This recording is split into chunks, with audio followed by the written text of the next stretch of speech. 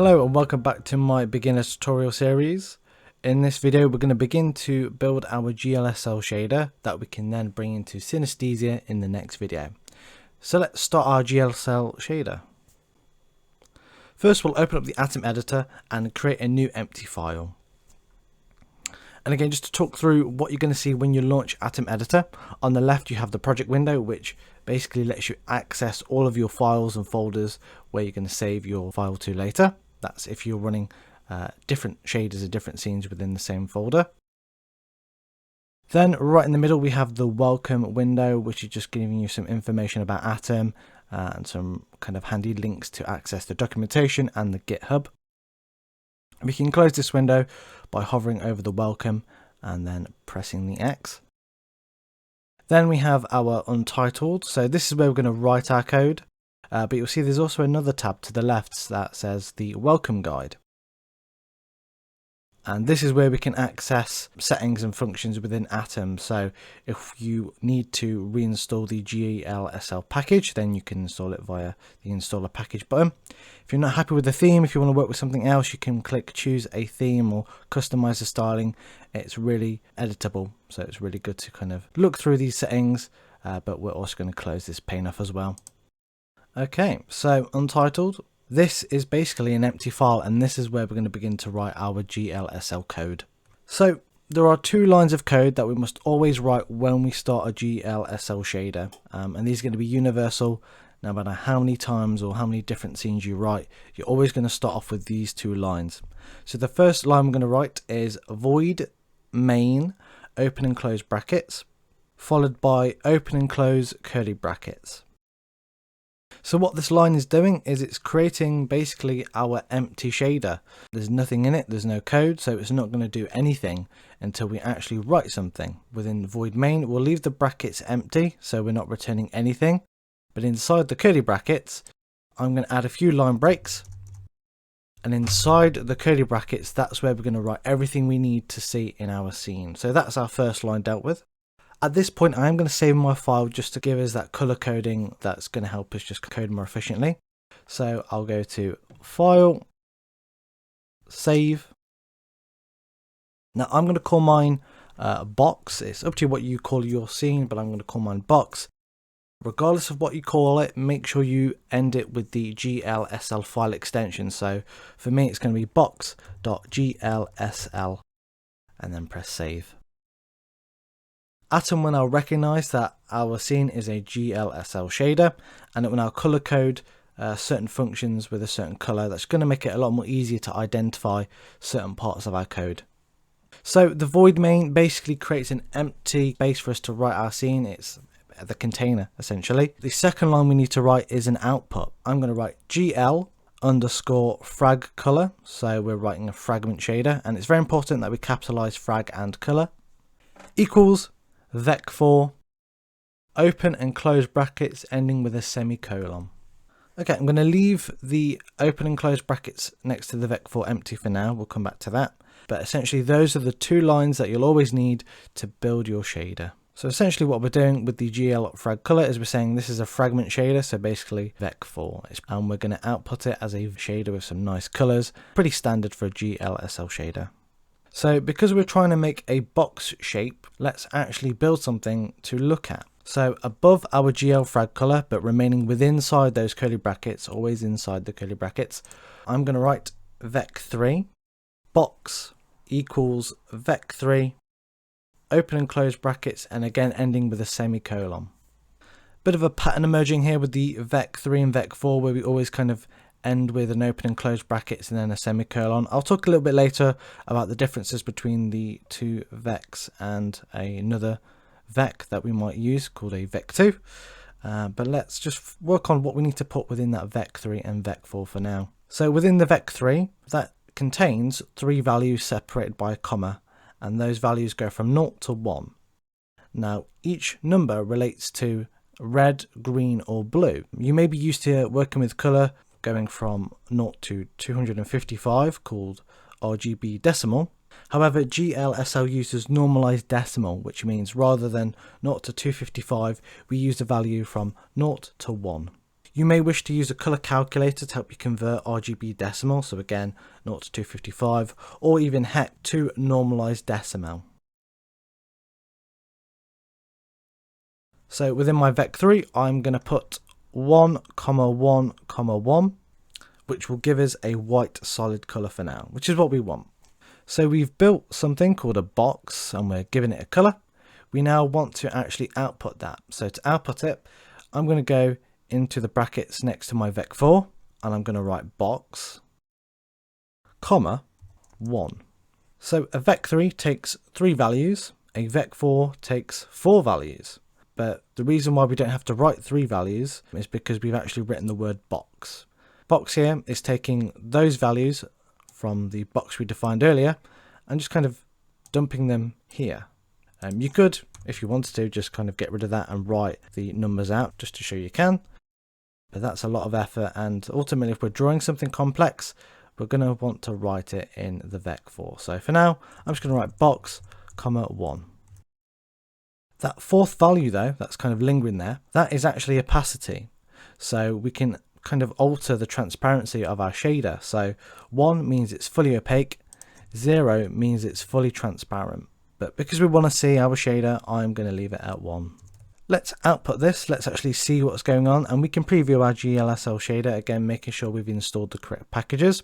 And to preview our shader, we go up to packages at the top, GLSL preview, and click on preview shader, or you can use the shortcut Ctrl+Shift+G. And we can now see we have a white color because we've said that we want to draw a box. We've said that we want to make it white by putting 1 in all the 3 values, and then we've outputted it to the Vec4. If I change my color at any point, this will update automatically. So let's say I want red. Well, I'm going to have 1 for my red pixel value, but I want to turn off my green channel and my blue channel, and I get the color red. Now it isn't binary, it isn't on or off. You can put decimal numbers in because it is a normalized decimal. So I could put 0.5 in my green channel and get orange, which is really nice. So far we have a nice color that we're going to work with. I'm going to reset this back to 1 to be white. Okay, let's just quickly talk about Vec because we're going to need to know a little bit more about Vec before we move on. A Vec is simply short for a vector constructor and can take either 2, 3 or 4 values. We've got a Vec3 and a Vec4, but we can also have a Vec2, and we are going to use a Vec2 shortly. A Vec2 uses 2 values and is often used for coordinates and transformation, so position, scaling, rotating.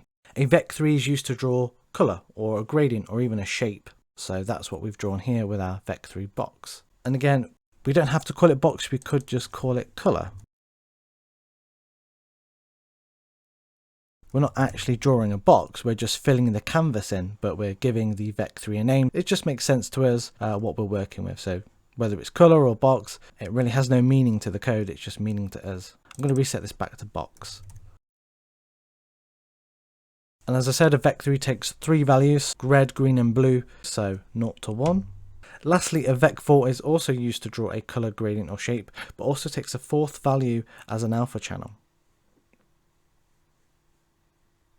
What's really handy with our GLSL code is if we're, let's say, using the same value for all 3 values in the Vec3, we don't actually have to write all 3 values. We could just write the number 1, and that will give us the same output. So I'm going to just kind of leave it at Vec3 1.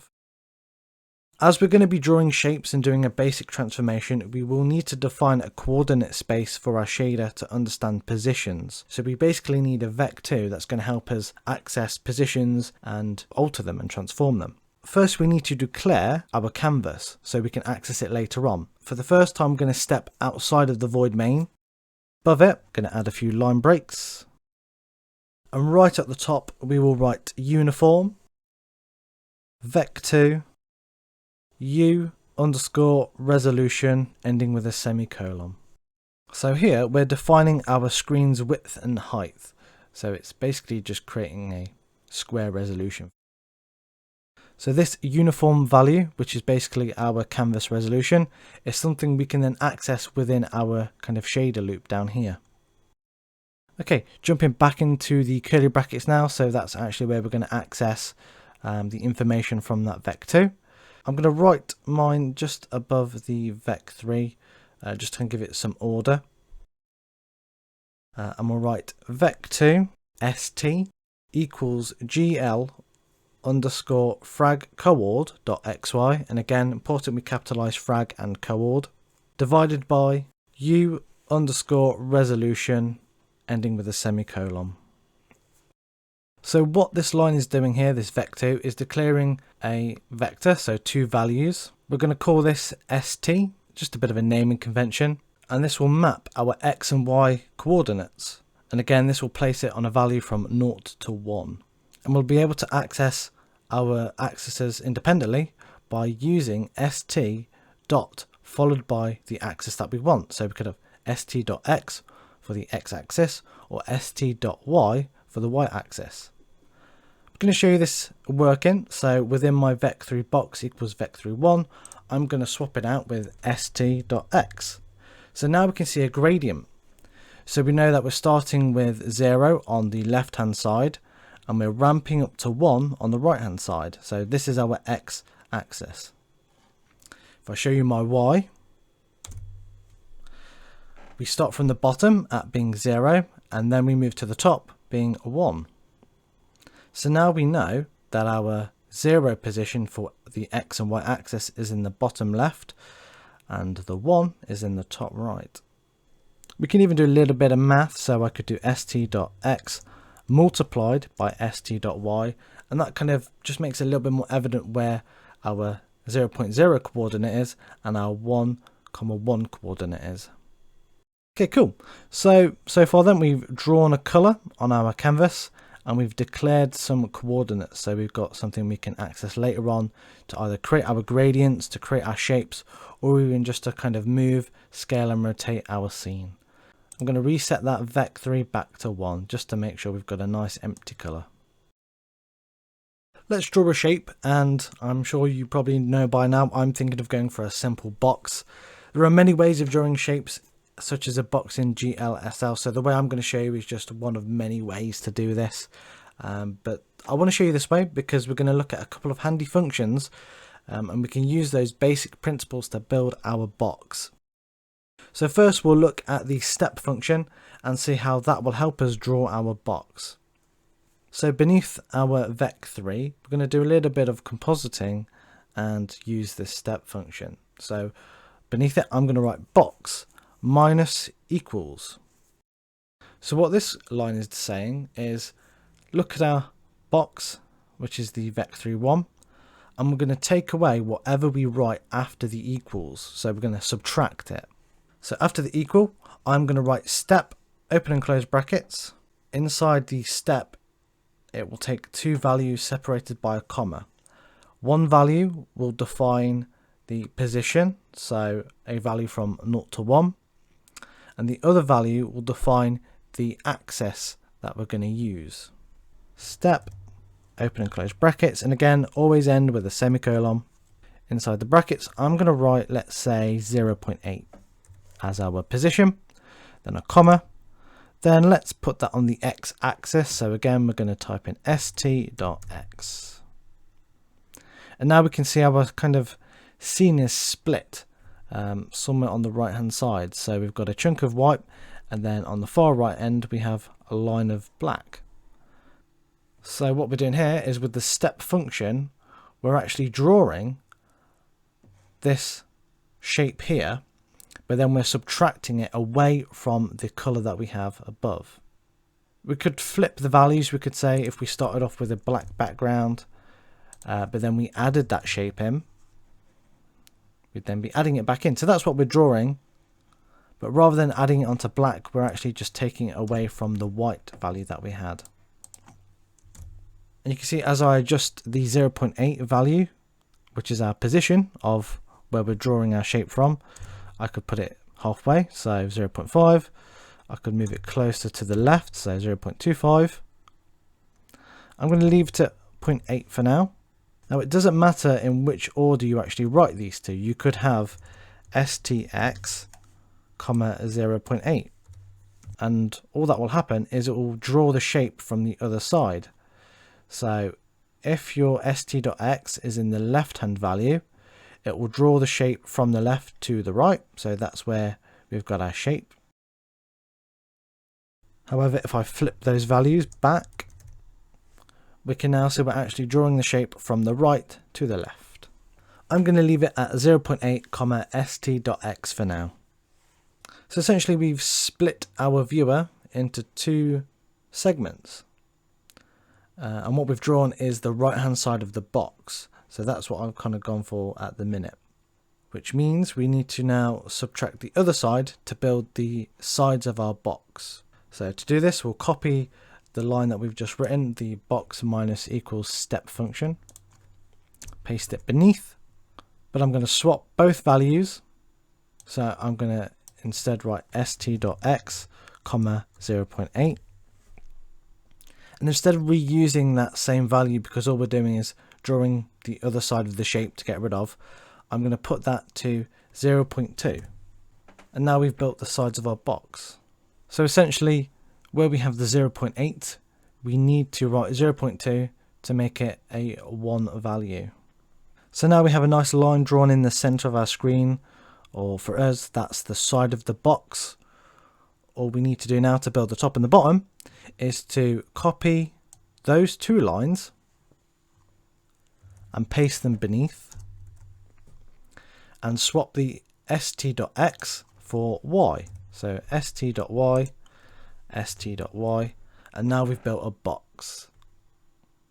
Very cool.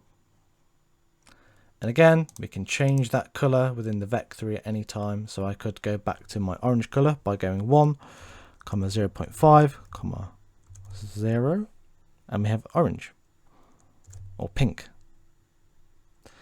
Let's leave it at white there.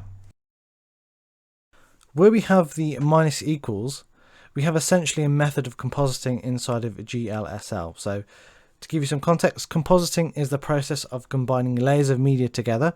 So with this in mind, we can draw multiple elements in GLSL and merge them together using this method.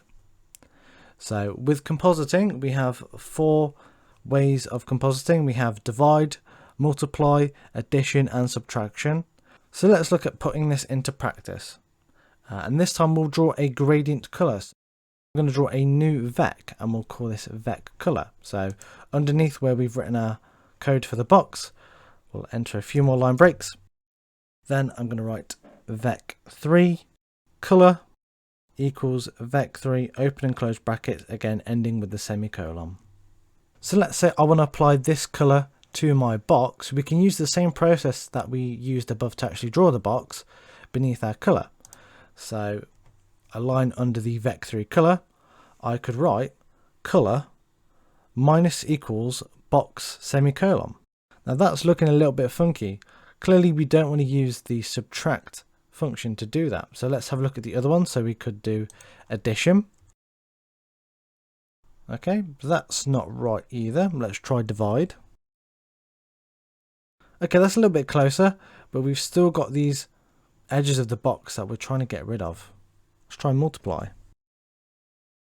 There we go.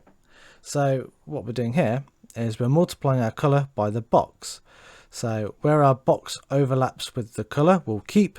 Where it doesn't overlap, we will get rid of. So color multiplied, color asterisk equals box will give us a color inside our box.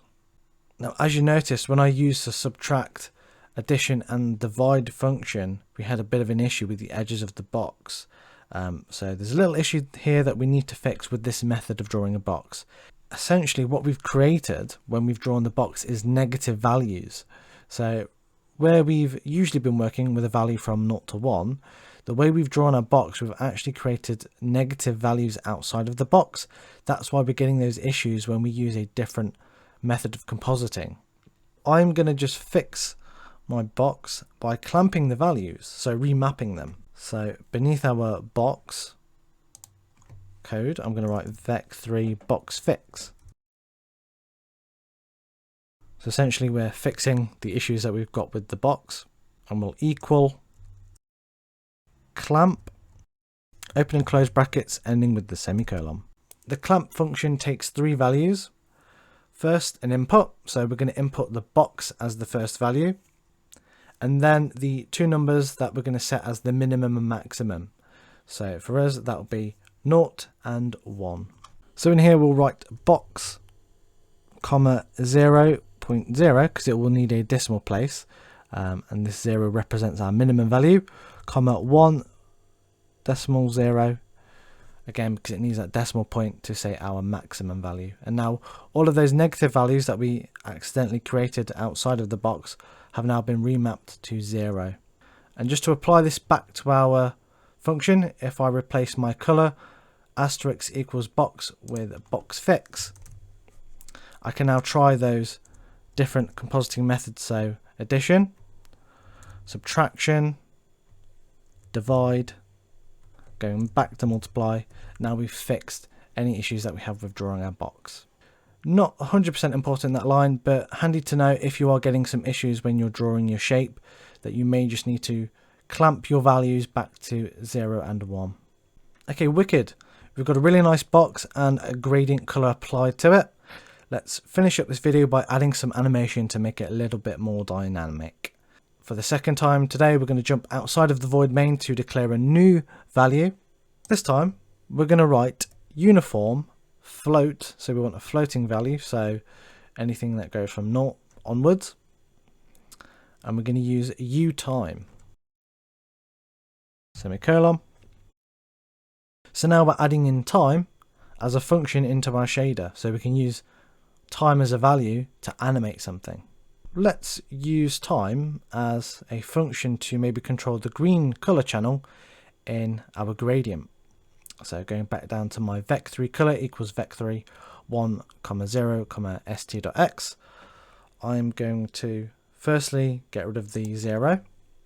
Now because vec3 needs a value from 0 to 1, we want an absolute value of time. So I'm going to write abs.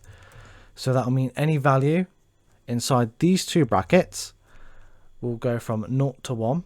I want to use time to oscillate that value on and off, so from 0 to 1 in a nice smooth gradient.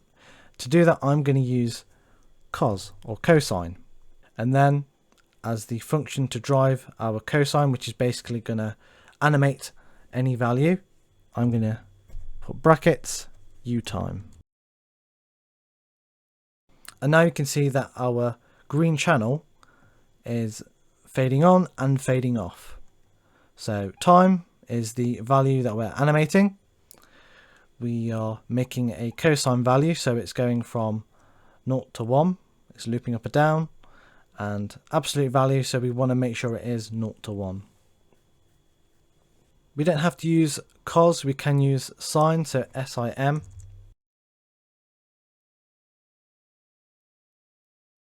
Again, does the same function visually, it just differs with cosine from where you start. So with sine, you start from 0.5, then you go up to 1, then down to 0, then back to 0.5. With cosine or cos, you start from 1, go down to 0, and then end back up at 1. So it just depends on where you actually loop your value from. Okay, really cool. So we've got a box, we've got a color, and we've got a little bit of animation written inside GLSL. Let's save our scene for now. Okay, wicked. So in the next video, we will be looking at creating a new scene in Synesthesia and importing our GLSL code here into our Synesthesia scene. In the next video, we'll be looking at creating a new scene in Synesthesia and importing our GLSL code that we've written here into that Synesthesia scene. Because Synesthesia uses its own format called the Synesthesia shader format, there will be some values and variables that we will need to change. So now is a good time to reference the Synesthesia documentation just to see what we might need to change when it comes to writing our shader. Thanks for watching, and I'll see you in the next video.